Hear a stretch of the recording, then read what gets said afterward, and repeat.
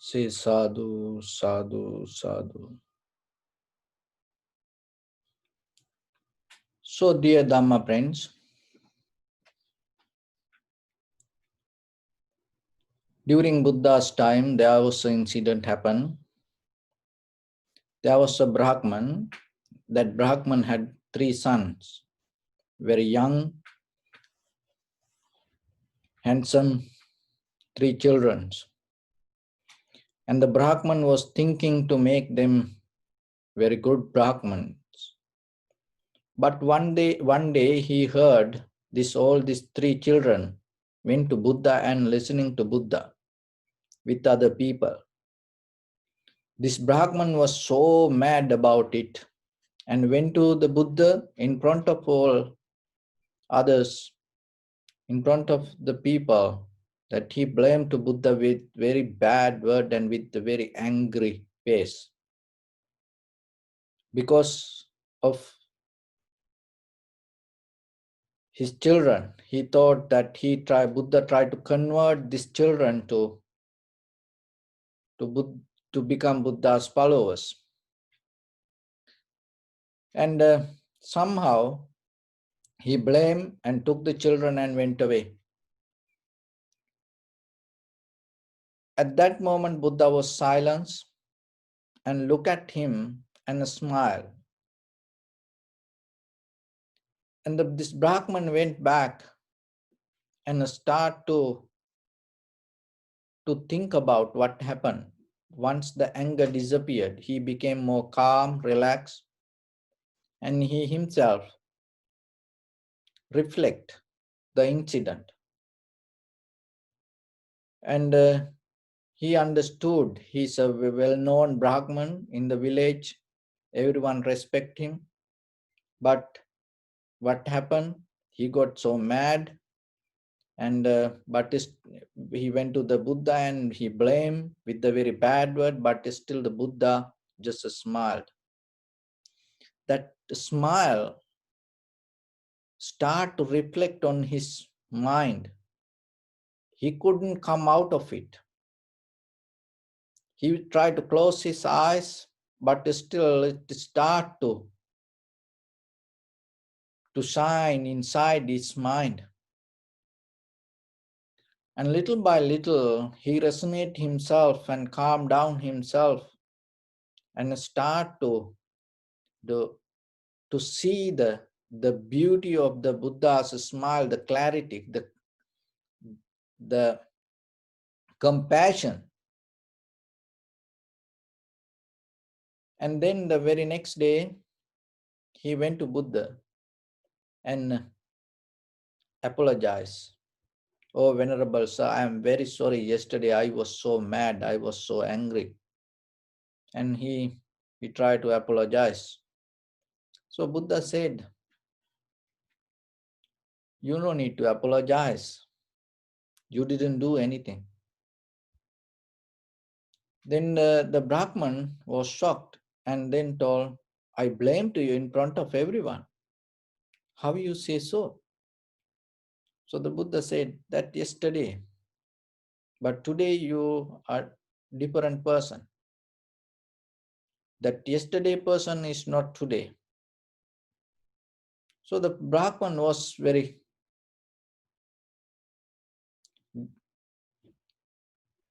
complicated and asked, what does that mean, Venerable Sir? So Buddha said, look, yesterday you came to me with very angry face. And yesterday you was a very angry person. But today you are very calm, relaxed person. So if you apologize for yesterday, but look, today you are completely different person. How I can give the forgiveness to this person regarding that whatever the person being yesterday? So the Brahman was so happy to hear that. And he just got the message. So in the deeper, It is a very good lesson for us to understand, because we live with people, we build up relationships, that when it comes to these relationships, we have a habit deeper inside us. We deal with our mind, our perceptions. So if I go back to the beginning, the very nature of the mind, the mind is always like a current. It's like a turbine. This mind always in a move, and because of that movement, because of that current, with our eye, ear, nose, tongue, body, mind, consciousness, we trying to go towards something. We try to go towards something. So it build up a current, and that current itself and take us to beyond the moment. So that's why we think. But when you end the life, so what is happening? You cannot keep going with this current with many thoughts. Somehow when you end the life, in the end of your life, when you're going to die, you're going to have only one thought. But that thought, the one thought, whatever you're going to be with, it's going to become the most powerful thought. It's not going to happen by mistake. It's mostly it's kind of like come out of the habit. So whatever the you thoughts you used to keep feeding, and it always going to pop up. The strong thoughts going to overtake your consciousness. So how the thought becomes strong? When you repeat again and again, it becomes strong. That we call it memorizing. So whatever the thought, it become stronger. That is strong thought mostly. We cannot say accurately exactly 100%, but averagely, whatever the strong thought going to be with you as your last thought. So that thought, when you going to, in that thought we call chuti chitta in Pali, the last thought in the one life. And then that thought, like a current, has power to find the necessary place for its desire. It's like magnet. The same, like it's not, we no need to die for that. Just look yourself. When you want to buy something, it's come appear as a thought. So then what is happening? And sometimes you start to go through many things, and somehow you find it. So you had no idea in the beginning how you're going to find it. But once the thought becomes strong to buy, or you need something, you go to shopping mall, you go to place, you go to city. Sometimes people go to country to buy that. They get it. So which current that take you? That's the thought. So see, even within we live ourselves, we see that it has power to take this body through many different process to get it. So when you die, this become more powerful than this thought power become more powerful than we're living. So that's why when, according to the desire, when you die in that very moment, and sometimes before you leave this body, you already just recognize where to go.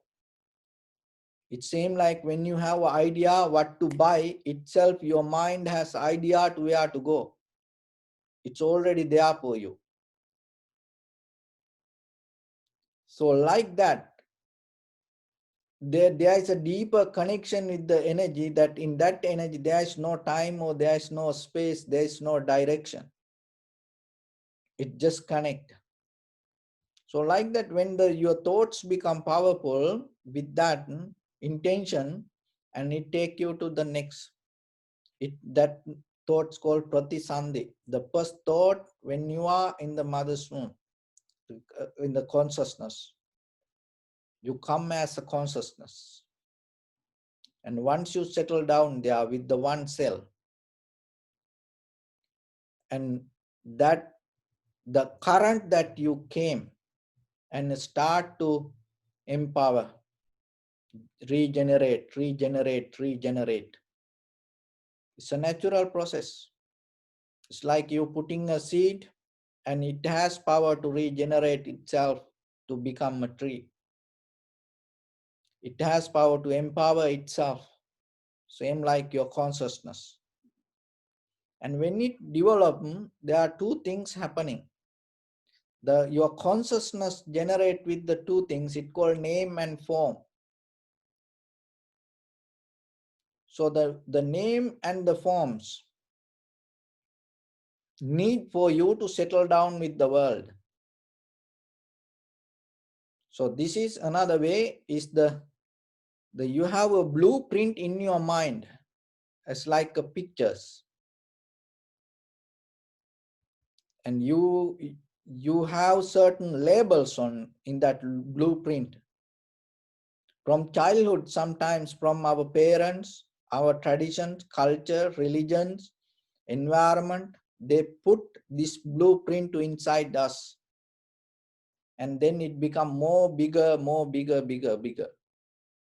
So now you live with the mental image, that name and the form, or become kind of like a mental image to you. So your life itself become a mental image. You depending on your mental image. Just look yourself. What this life, what you experience as your life, you have certain mental image. Why you become disappointed? If somebody say to me, I am an idiot, if I get mad, why I get mad? Why you get mad? Because you have a certain mental image regarding yourself. When that person says something go against that your mental image, you get disappointed.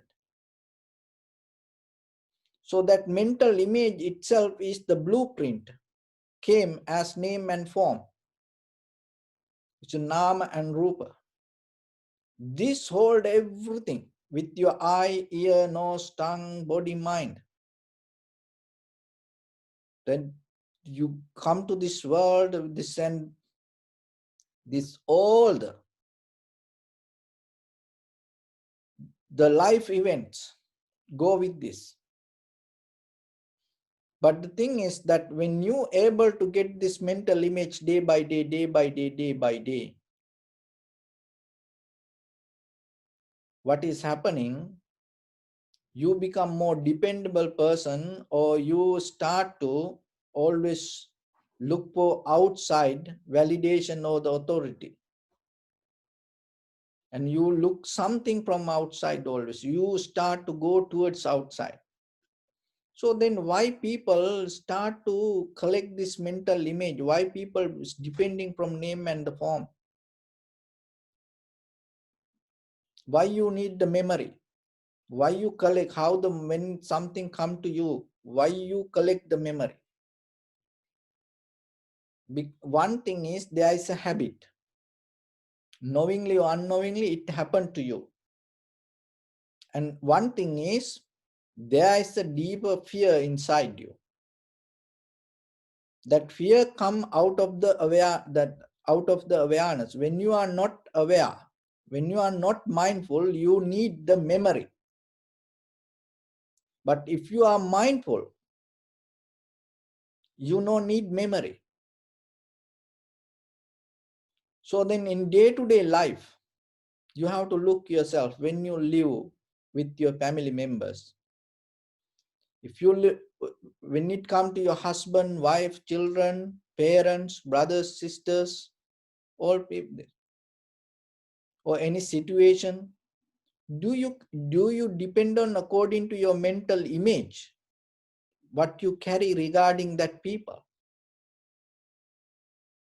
Then you don't experience the real life. You're not going to see who is in front of you. So you always depending from your past, and you always depending from your mental image. And if something happen, go against your mental image regarding that person, you're going to disappointed. You're going to become worried, sad. That's why even regarding the children or the husband, wife, friends, and all the disappointment arise. So then how you can come out of it? What is the solution for this? The solution for this, be aware, be mindful. When with the person, with the husband, wife, children, parents, brothers, sisters in front of that person, be mindful, because when you are mindful, in that very moment your memory drop. Your memory, your collective memory not going to happen when you are mindful. Mind not going to collect when you are mindful. But when you are not mindful, always mind has a habit to collect. So if you depending from collecting, in that very moment, you lose the moment. So in the very moment, if you lose your awareness, and whatever you collect itself, it's going to become wrong. It's just whatever you're collecting as memory itself, it become irrelevant. Why? Because you collect it with the unaware mind. It's like you putting some colors on dirty cloth. It's not going to absorb. That is why in the world arguments arise. That is why in the world fight arise. That is why in the world these disagreements arise. In the world mean here, not country to country, in the larger scale, what I am telling, with your own people, the people you live around. So because we more give credit to collect the memory rather than becoming mindful regarding the situation. So then yourself, if you become mindful in that very moment, what is happening? You not going to get hurt in conventional life with anybody, with any relationship, with any situation. How peaceful it is. If you can live like that life without getting hurt because of, especially because of other people, because people have their own agenda. Remember that. If you have a mental image regarding them, you are in a risk, because they don't care what the mental image you carry regarding them, because they have their own personal mental image. That is more important for them, the mental image, that whatever you carry regarding them. Remember that every person have their own mental image that is more precious for them than the mental image you have regarding for them. And you cannot have the exactly mental image like other person, regarding that person.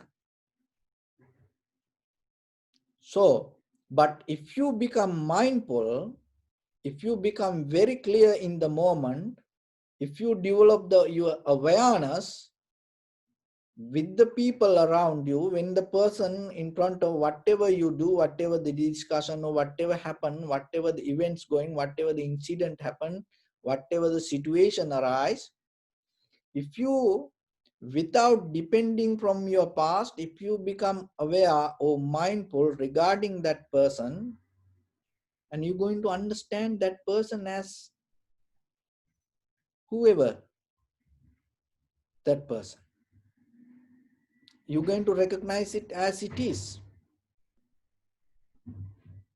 And that is the best that you can do to some person. If everybody like to recognize that person as who they are, so then there is no argument going to happen. Another thing is, when you come out of the disappointment, unhappiness, sadness, worry, how peaceful life that it is for you. Because mostly these things happen unnecessarily because of misunderstanding. So from where that misunderstanding come? Because of we have our own name and form blueprint and regarding others, and others behave in different ways, and then things go unbalanced. So then yourself be mindful, knowingly each and every moment different. In every person, everything happen according to necessary conditions, things in that very moment. Not because of this person like this or this person like that. No. Every moment or every situation, every people behave according to necessary conditions in that very moment. But when you become mindful, and moment by moment, you become mindful without collecting the memory, and then in the very next moment you become mindful without collecting the memory. So when you keep going that way in conventional life, you're not going to get any harm, you're not going to get any difficulties, you're not going to get any hard time to yourself. So that itself make you peace, calm, relaxed, comfortable. So it will help you to develop your tranquility state. So when you are able to develop your tranquility state, the very best thing happen is you start to see your own mind, how the thought arise. And when the thought arise, there are three ways that the related with the greed, hatred, or the delusion mostly, or the loving kindness, compassion, or the wisdom. So when the thought arises itself, why now? Because you are not disturbed. You now very clear within yourself, you see your own mind. So just imagine, in the moment come for you to end your life. Now you see your mind. You're not disturbed from anything. So in that very moment, if you develop the Satipatthana or the Vipassana deeper, you recognize even these thoughts is nothing. And then you come out of everything and there is nothing to become, you attain to the Nibbana. But